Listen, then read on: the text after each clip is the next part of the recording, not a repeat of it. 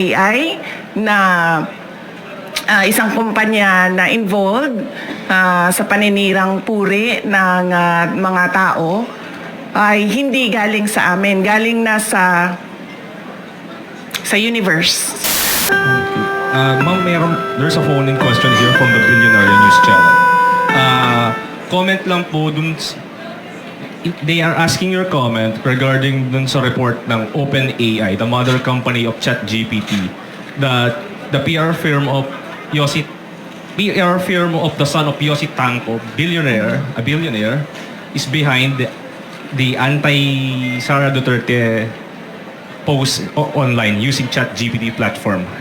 Your comment, ma'am. Oo. Actually, hindi lang yung kay Tanco, no? Ang kumpanya na nagpapatakbo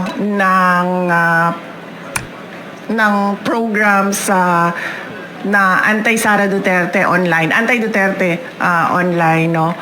Meron pang mga ibang kumpanya na alam namin na ganun yung ginagawa nila at alam din namin na bayad sila.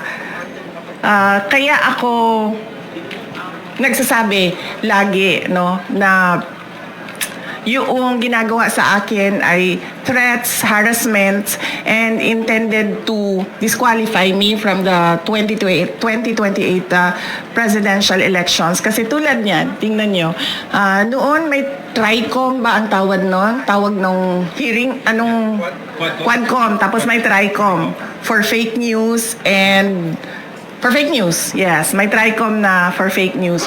Pero kung makikita nyo, ang mga tinawag nila doon ay mga lehitimong owners ng Facebook account using their freedom of speech and expression.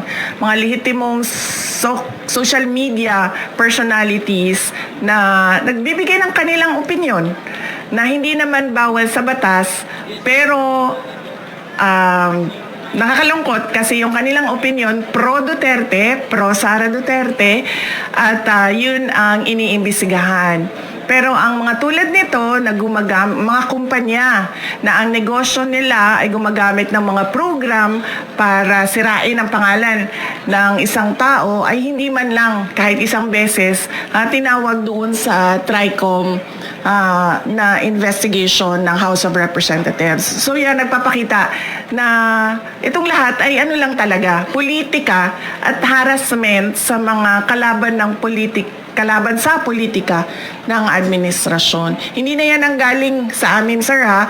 Hindi na kami nagsasalita kung anong mga panggigipit ang ginagawa sa amin. Tumatahimik na lang kami. Yung mga kaalyado namin, tumatahimik na lang.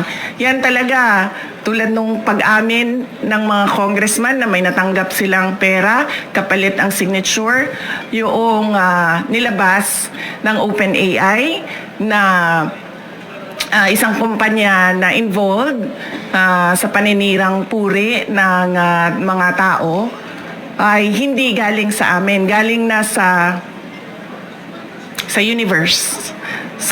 Para lang ipakita sa mga tao na kung anong ginagawa ng administrasyon. Puro politika, walang trabaho.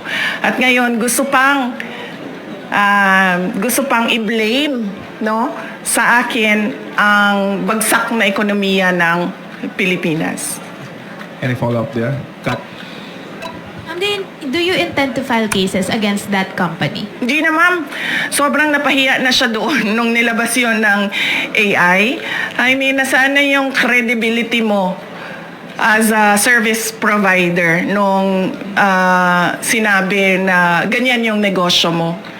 So, ano pang point na kasuhan ko siya? Nakakahiya na yung napahiya na siya doon sa nangyari. At nakita ng buong mundo yung kahihiyan na ginawa niya. Ma'am, just speaking of AI, meron pong video ngayon na shinare daw si Senator Bato and si Vice Mayor Baste claiming na it's an artificial intelligence-generated AI in support of you. Your comment po doon sa nangyaring pag-share daw po di umano nung AI-generated video?